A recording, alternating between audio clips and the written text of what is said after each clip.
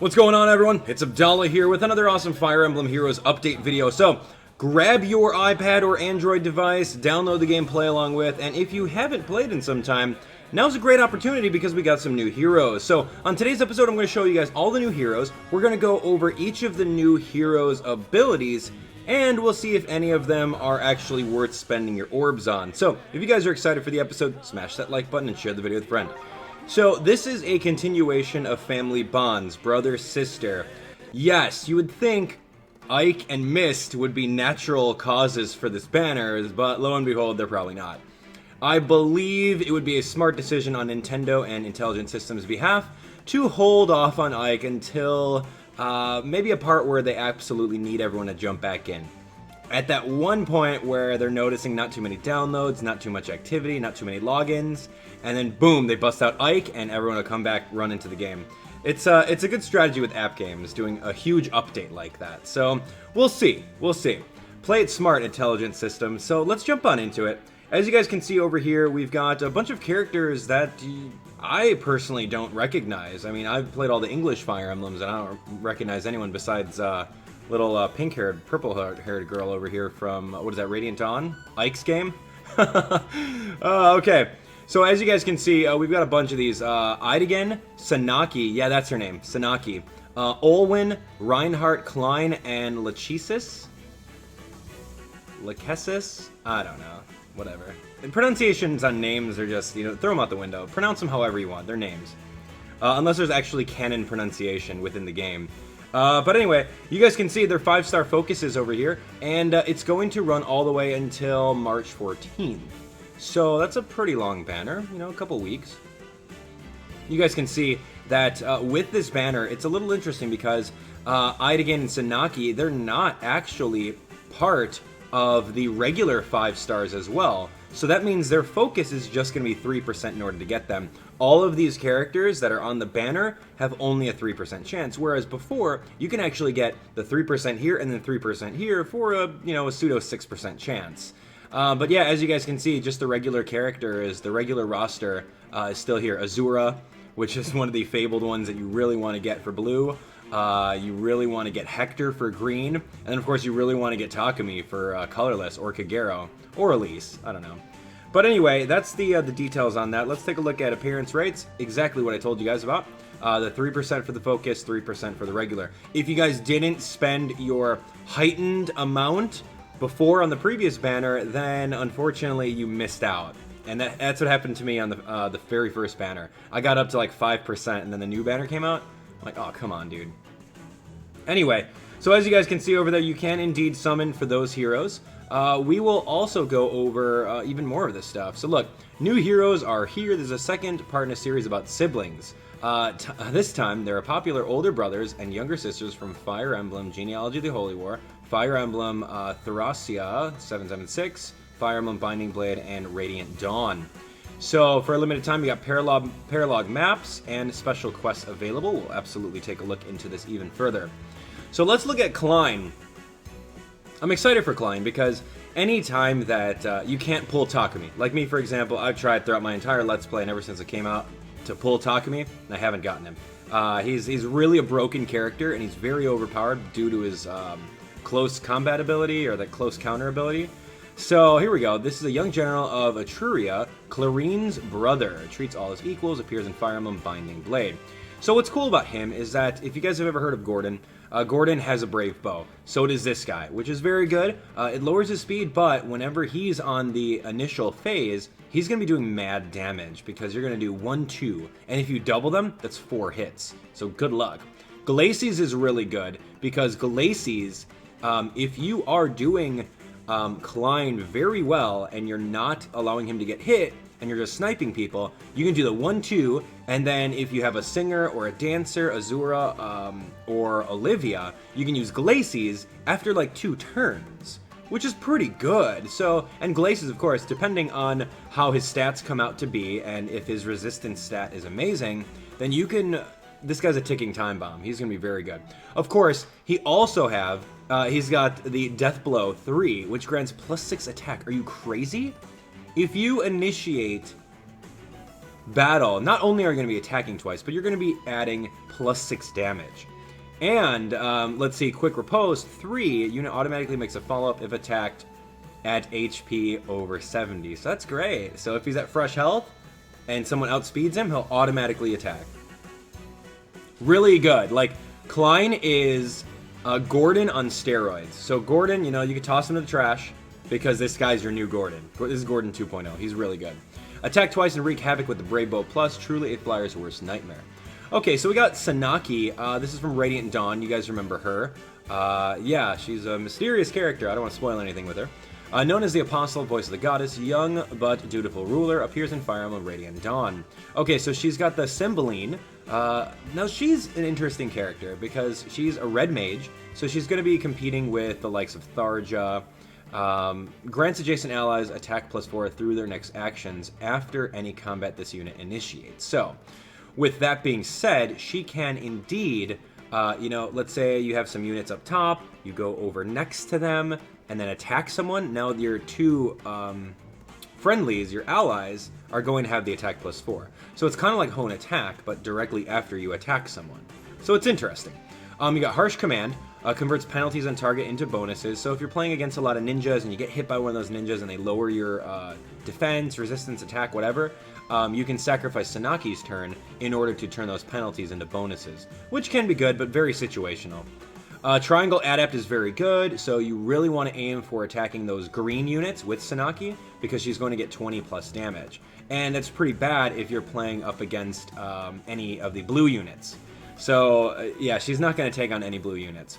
And of course, Hone Attack grants adjacent allies attack through their next turn at the start of each turn. So, she can boost your allies' attack in 2 different ways. At the beginning of the turn, if you set up that sandwich, like I've done in my episode, where you put people directly next to her, you can get that boost. And then, of course, you can go out to and attack a person right next to your teammate, and then follow up. So that's interesting. This hero can boost allies' attack by learning Sibling, and Hone Attack 3 boosts attack in different ways. I think it's a little overkill, but you never know. It might come in useful, come in handy. So here we go. This is the Thunderfist Reinhardt, a formidable and admired Mage Knight in Phrygi's army, ever ready to lend an ear to his younger sister Olwen, appears in Fire Emblem Heroes 776. Okay, so he's got Dire Thunder, which is pretty good. He is a blue Tome Rider on a mount. Now, previously, the only Tome user that can actually be on a mount was Leo, and Leo is super hard to find, and he really wasn't that great compared to all the other magic users, aside from his extended movement. But now we've got another blue mage, and that's pretty good. I think that that's awesome. Not to even talk about this, I mean, Dire Thunder, attack twice when initiating combat, it's pretty much a brave weapon. And that's really awesome that a mage has something like that. Blazing Thunder has a very decent cooldown, especially if you're going to be attacking twice from one space away. You can get Blazing Thunder in about 3 turns, so keep that in mind. This is one of the like explosion kind of areas that really, before you start a battle, you will lower their health dramatically. Vantage is pretty cool, so I like that a lot, but at the same time, it's not like close counter. So if a melee weapon user came up to him and he was at 75% or more, you wouldn't be able to counterattack.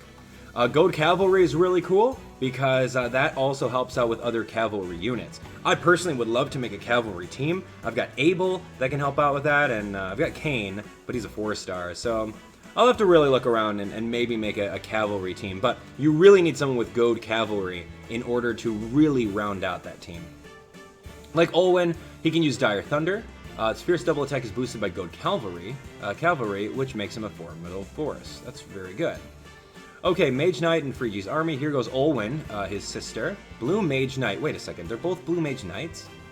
That's a little overkill, but I guess. Which one would you guys rather have? Let's find out. Okay, Olwen. Mage Knight in Phrygi's army. Her ideal sometimes put her in opposition with her beloved brother. Reinhardt appears in Heroes 776. Okay. So Dire Thunder, we've talked about that. Reposition moves adjacent ally to opposite side of unit. So that's actually pretty good. So if you're out of the way, you can sacrifice her turn to jump a unit over her to the opposite side, and then gain your additional 2 or 3 spaces. That's pretty cool. Warding Blow grants resistance during combat if you initiate the attack. That's okay. I mean, that's really good about countering other mages. And then Ward Cavalry. I don't know. I don't know. Let's look at this. Vantage is very good. Blazing Thunder is garbage. You're probably not going to be using that all too much. To be honest, like in Arena, you're really not going to be using any kind of cooldown 5 weaponry. So, I don't know. I like her. Reposition's very good. And Warding Blow is just kind of, I don't know. I don't like the defensive kind of blows, but it's alright. Like Reinhardt, she can use Dire Thunder, Fierce Double Attack, boosted by Ward Cavalry's great offense and defense. Alright, here is Eldigan. He is a sword user on a horse. So, mounted unit, just kind of like Kain. Ruler of Nordion, wields the demon sword in knightly devotion to any master. Older brother of Lachesis, appears in Fire Emblem Genealogy, the Holy War. Alright, so he's got the mystical Mistletoe. We've heard about Mistletoe from Fire Emblem Fates. And I think Awakening, yeah? Like, Owain was, like, always looking for it. And, yeah, so this is interesting. So every time you use it, it's going to accelerate the special trigger cooldown 1 count. So Growing Light is going to be a little bit more feasible for him. I would say Fury grants attack. That's pretty crazy. That's good. Attack, speed, defense, resistance +3, but you take damage after every combat. So I think that's very good. Lunge, if you initiate the attack, you swap places. This is good for getting enemies a little bit closer if you can't finish them off. And then you can have your other teammates come on board and finish them off because they're a little bit closer for you. Demon Sword Mistletoe reduces special skills cooldown by 1. Use a special skill over and over. So that's going to be pretty good. I can't wait to see what his stats are going to be. If his speed stat is going to be really good. If his speed stat's good, then he'll be totally viable. Alright, Lachesis. Lachesis, I don't know, forget it. Lady of Horus, House Nordion. Adores her older brother Eldigan to the point that other men pale in comparison. Okay. Appears in Fire Emblem Genealogy, Holy War. Okay, so she's interesting because she's a healer, infantry healer. She has the ability to absorb, which is super weak, but you could do a little bit of damage with it. I don't know. Assault seems to be better. Pain is amazing. So absorb's really not that great. Physic is probably one of the best healings because you can heal from 2 spaces away. Solid Earth Balm is decent, so you can boost someone's defense, but the cooldown is 1, so you have to really heal or do an attack first in order to get it. And Spur Resistant grants adjacent allies resistant +4 during combat, very similar to Maria. So between her and Maria, I don't know, I think Maria's better because Maria has the ability to use Miracle, so she can be bait. But Solid Earth Balm could come in handy. So there you go, ladies and gentlemen. Those are the characters in the game. Let me know in the comments which ones you guys are really excited for. I personally am excited for the fact that there are more mages on horses other than Leo. I do like Sanaki, and I really like Klein. So I was really on a kick to boost up Gordon, right? Because I'm like, all right, well, I don't have Takumi. I'm probably never going to get him, so let's boost up Gordon. Now that this guy's available, I might consider spending some orbs on him. Alright, so other than that, ladies and gentlemen, let's take a look at quests. We're going to click over here. There are even more quests now. This is more Sibling Bond. So if you pull any of these banner characters, you can beat 5 enemies with them, and you can get some great badges, which is pretty decent. Right over here, there's some very small shard bonuses. The shard bonuses are really negligible. This is 500 blue shards for beating 2-1. I mean, it's cool that they added them. I really wish that the rewards were different than just, oh wow, 500 shards. Because in reality, you're not going to be using shards all that much. You're going to be trying to use crystals because all of your units are going to be like over level 20 in like the first 15 minutes of playing. Or at least grinding in the, not the arena, but the training tower. So, I don't know, it should have been like 1,000. But either way, maybe I'm just being too greedy. This is pretty cool. Doing some hard tasks. You get a stamina potion, dueling crest, light's blessing. This is interesting because you have to use it specifically. So have a blue type ally on your team. This one's a green tome user on your team, Nino. She'll definitely do her best.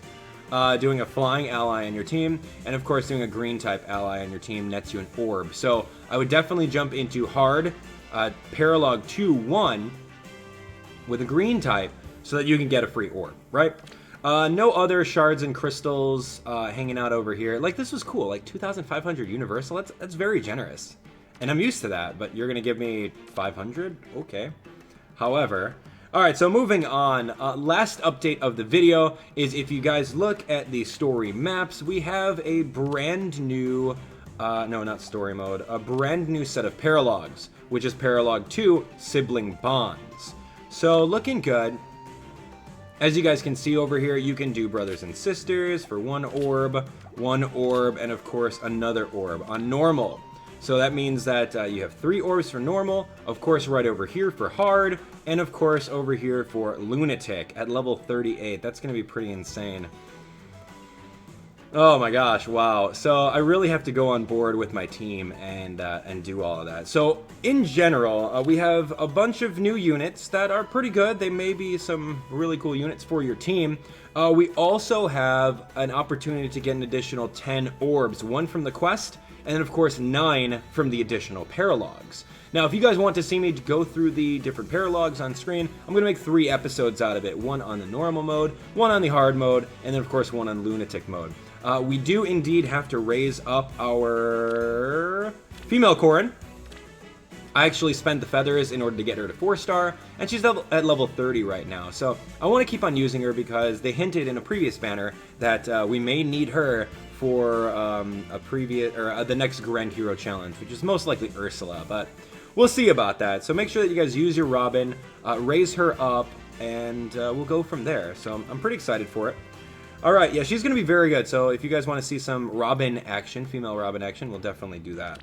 So, ladies and gentlemen, that is going to be it for this update video. Let me know if you guys came across any of those awesome units from the banner by tweeting some pictures at me, or of course you can let me know in the comment section below. If you guys have any other strategies or anything that you guys would like to discuss, I'm totally looking forward to reading your comments on how you guys are going to use those brand new characters in the current metagame right now. So, we'll see you guys on the next one. Thanks for watching. You guys can, of course, watch the playlist right over here. Newest video on the channel there, and, of course, some recommendations there. Make sure you guys are all subscribed to be notified of the latest and greatest of Fire Emblem Fates, Heroes, Echoes, Warriors, and everything Fire Emblem. We'll talk to you guys on the next one. Take care.